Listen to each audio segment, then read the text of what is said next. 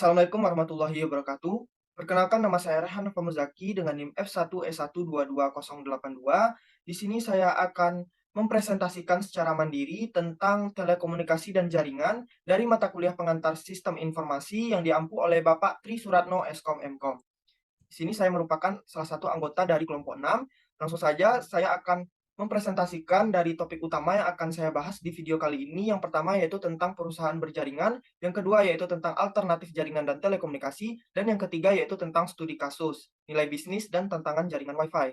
Yang bagian pertama tentang perusahaan berjaringan, masuk ke tren dalam telekomunikasi. Telekomunikasi ini sendiri adalah pertukaran informasi dalam bentuk apapun, baik itu suara, data, teks, gambar, audio, maupun video, melalui jaringan berbasis komputer.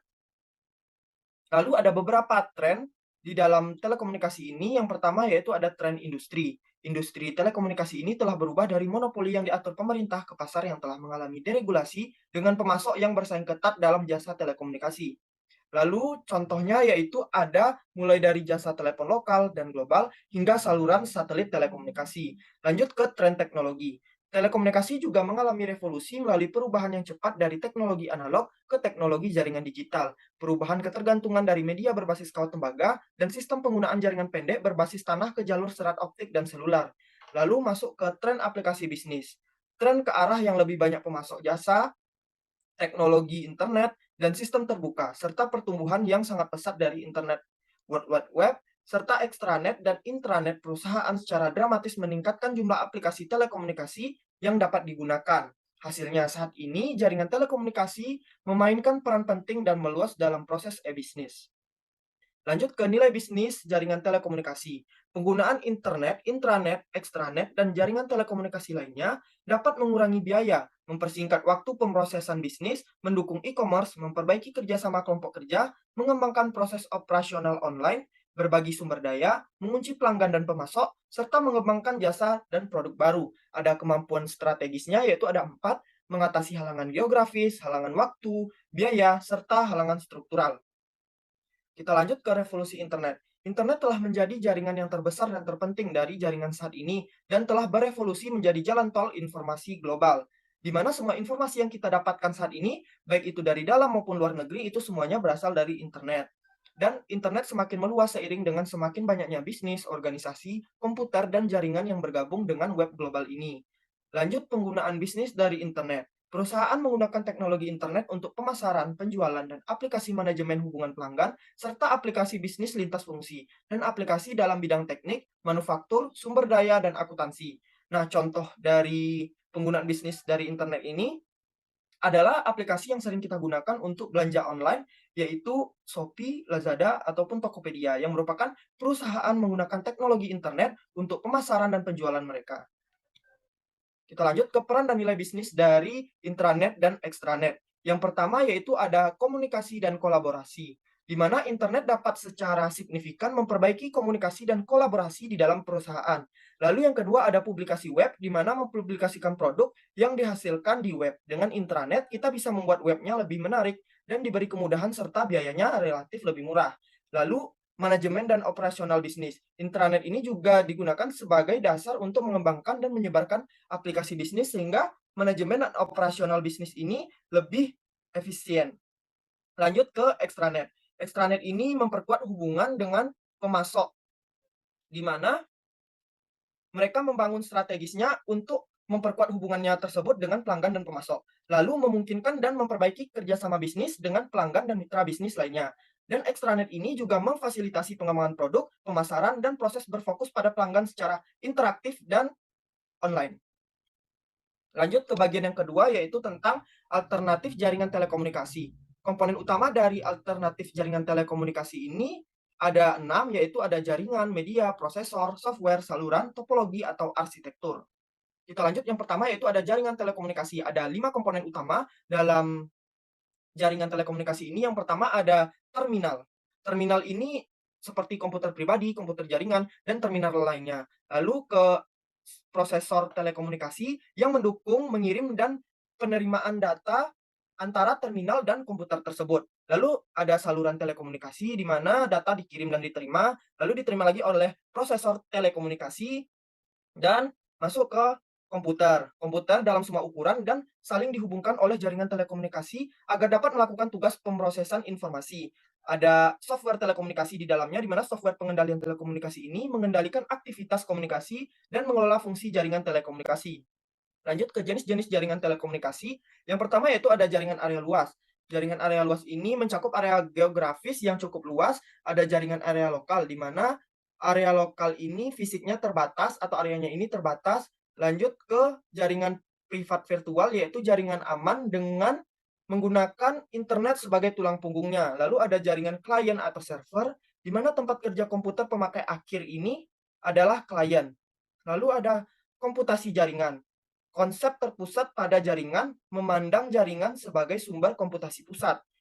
Yang terakhir ada jaringan rekan ke rekan, yaitu arsitekturnya murni dan tidak memiliki server atau direktori pusat. Kita lanjut ke media telekomunikasi. Ada tiga. Yang pertama yaitu kabel berpasangan. Terdiri dari kabel tembaga yang dipilin berpasangan. Lalu ada kabel koaksial, yaitu kabel aluminium atau tembaga yang kuat dan dibungkus dengan pembatas. Lalu ada kabel serat optik, terdiri dari satu atau beberapa kawat pijar yang setipis rambut dari serat kaca yang dibungkus dengan jaket pelindung. Lanjut ke teknologi nirkabel.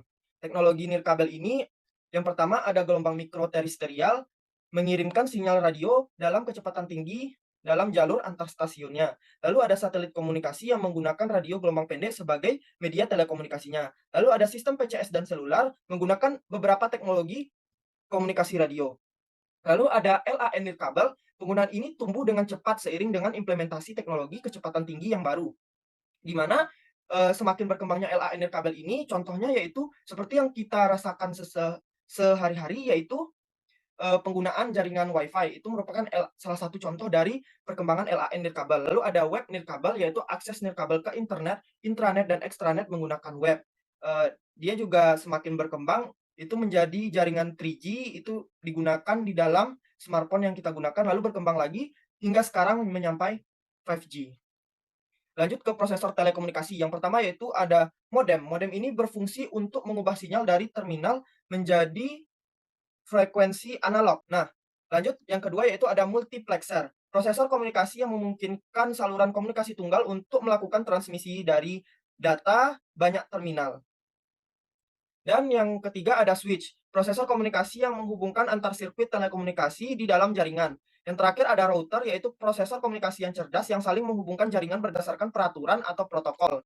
Selanjutnya ada software telekomunikasi. Software ini adalah komponen utama dari semua jaringan telekomunikasi. Software manajemen jaringan dan telekomunikasi dapat ditempatkan di komputer server, mainframe, dan prosesor komunikasi. Contoh fungsi manajemen jaringan yang utama adalah yang pertama ada manajemen arus yang mengelola sumber daya dan arus jaringan. Yang kedua keamanan, yaitu perhatian utama dari manajemen jaringan saat ini. Yang kedua yaitu ada pengawasan jaringan, menginformasikan ke administrator jaringan mengenai masalah potensial sebelum terjadi. Lalu ada perencanaan kapasitas, yaitu menentukan cara terbaik untuk memenuhi kebutuhan jaringan. Lanjut ke topologi jaringan, ada tiga topologi dasar. Yang pertama yaitu jaringan bintang, mengikat komputer pemakai akhir ke satu komputer pusat. Ada jaringan cincin, mengikat prosesor komputer lokal dalam cincin dengan dasar yang lebih setara. Jaringan bus, jaringan di mana prosesor lokal menggunakan saluran komunikasi bersama. Lanjut ke protokol dan arsitektur jaringan. Yang pertama yaitu ada model OSI.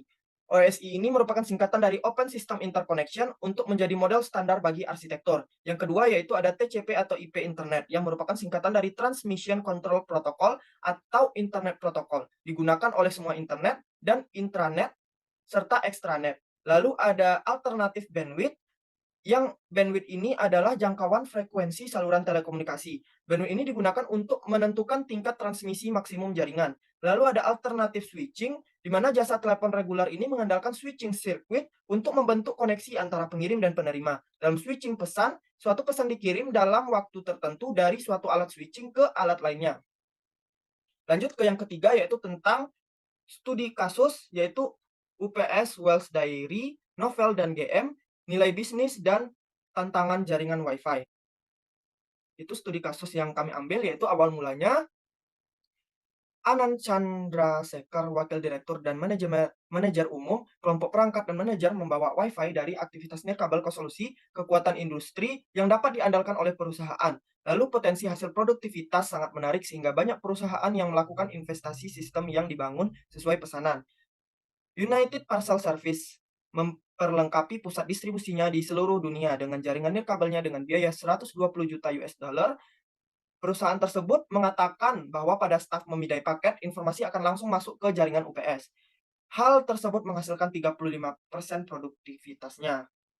Lalu kita sebelum masuk ke permasalahannya, kita harus mengetahui terlebih dahulu apa itu Wi-Fi. Wi-Fi ini adalah sinyal radio yang memancarkan koneksi internet sejauh 300 kaki. Dengan menggunakan modem broadband dan komputer yang dilengkapi dengan kartu akses Wi-Fi, Anda dapat menggunakan internet itu sejauh Wi-Fi itu dibatasi, misalnya 20 meter atau 10 meter dibatasi berarti, jika Anda berada di luar jangkauannya, maka Anda tidak bisa lagi menggunakan jaringan Wi-Fi tersebut. Nah, permasalahannya di studi kasus ini yaitu Wi-Fi memiliki kekurangan. Selain penyebarannya hanya terbatas, Wi-Fi juga memiliki kekurangan lainnya, yaitu jika di dalam suatu rapat setiap orang sedang membuka internet, maka akan merusak produktivitasnya. Jika di mana-mana ada laptop, maka akan menyebabkan banyak masalah budaya. Selain itu, jelas bahwa penggunaan Wi-Fi tidak akan dipercepat sebelum keamanan mencapai taraf industri. Perusahaan sangat memerlukan daya dan fleksibilitas jaringan Wi-Fi, namun banyak perusahaan menunda penerapannya di area strategis sebelum mereka yakin bahwa para hacker mata-mata dan pesaing tidak dapat mengacaukan data nirkabel mereka. Lanjut ke hasil. Hasil dari studi kasus ini yaitu para penggunaan Wi-Fi dan para pengusaha merasa sangat terbantu dengan adanya Wi-Fi. Mempermudah pekerjaan mereka, koneksi nirkabel yang sangat cepat ke web hanya menghabiskan biaya seperempat dari penggunaan kelompok perusahaan kabel saat ini. Wi-Fi juga terbukti sangat diminati oleh bisnis yang mengarah pada dunia nirkabel. Dari General Motors hingga United Parcel Service menggunakan Wi-Fi untuk pekerjaan penting di pabrik truk, toko, dan bahkan rumah sakit. Kita juga dapat menggunakan Wi-Fi di mana saja jika koneksinya ada dan memiliki password dan kita berada dalam jangkauannya. Lanjut ke pertanyaan studi kasus. Di sini ada 3 pertanyaan. Yang pertama yaitu manfaat bisnis dari jaringan Wi-Fi. Yang pertama yaitu mempermudah berjalannya kegiatan bisnis karena Wi-Fi dapat digunakan dengan mudah dan sederhana. Tentu banyak kegiatan yang dapat dilakukan dengan lebih mudah dan cepat. Lalu membantu perkembangan bisnis dengan lebih cepat. Dengan akses yang lebih mudah dan efektif, hal ini akan membantu perkembangan bisnis jauh lebih cepat. Lalu membuat pelanggan lebih tertarik. Pada zaman sekarang ini, bisnis dari jaringan Wi-Fi tentu akan lebih menarik daripada bisnis lainnya. Lalu meminimalisir biaya dan keuntungan yang lebih besar. Bisnis dari jaringan Wi-Fi ini lebih efektif, akan membuat keuntungan yang lebih besar apalagi di zaman sekarang ini. Lanjut ke pertanyaan yang kedua. Masalah apa yang dihadapi oleh perusahaan yang menggunakan jaringan Wi-Fi? Lalu apa solusi untuk masalah tersebut? Masalah yang dihadapinya yaitu yang pertama, jika dalam suatu rapat tadi, setiap orang sedang membuka internet, maka akan merusak produktivitasnya. Lalu untuk perusahaan besar, dibutuhkan biaya yang tidak sedikit dapat menerapkan Wi-Fi secara keseluruhan di perusahaan tersebut. Lalu masalah yang terakhir yaitu keamanan pada jaringan Wi-Fi yang masih lemah. Banyak perusahaan yang masih meragukan menggunakan Wi-Fi karena khawatir banyak hacker dan mata-mata yang dapat menembus keamanan perusahaan lewat jaringan Wi-Fi. Lalu solusinya yaitu menerapkan kebijakan tidak ada laptop dalam rapat penting karena harus berfokus pada rapat tersebut. Lalu solusi yang kedua yaitu Wi-Fi pada perusahaan tersebut dapat diterapkan sebagian terlebih dahulu. Jadi secara bertahap mereka membeli jaringan Wi-Fi itu bertahap-bertahap nanti semuanya bakal menggunakan jaringan Wi-Fi pada akhirnya. Lalu masalah keamanan ini jika suatu perusahaan dapat menggunakan server sendiri dengan jaringannya agar keamanannya tidak dapat begitu saja ditembus oleh hacker atau mata-mata.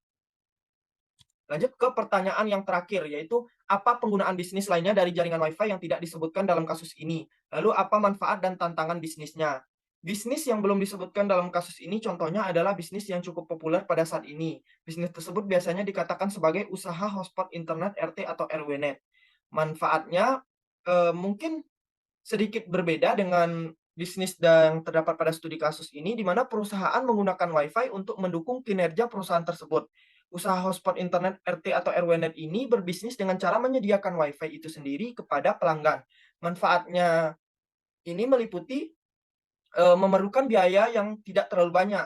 Lalu bisnis ini lebih mudah dilakukan dan di beberapa tempat bisnis ini lebih diminati oleh pelanggan penggunaan internet. Lalu bisnis ini walaupun tidak pada sebuah perusahaan besar, namun menjanjikan ke depannya karena semakin hari pelanggan lebih banyak memilih menggunakan jasa bisnis seperti ini. Lalu ada tantangan dari bisnis ini meliputi yang pertama, sulitnya bersaing dengan perusahaan induk, yakni perusahaan telepon yang dimana tentu banyak pelanggan yang langsung menggunakan jasa dari perusahaan telepon tersebut. Lalu jenis usaha ini meliputi ruang lingkup yang kecil, sulit untuk mengembangkan bisnis seperti ini sehingga semakin besar. Nah, sekian yang dapat saya sampaikan tentang materi telekomunikasi dan jaringan ini. Mohon maaf jika ada kekurangan atau kesalahan dalam penyampaian kata, saya mohon maaf. Wabillahi taufiq wal hidayah. Wassalamualaikum warahmatullahi wabarakatuh.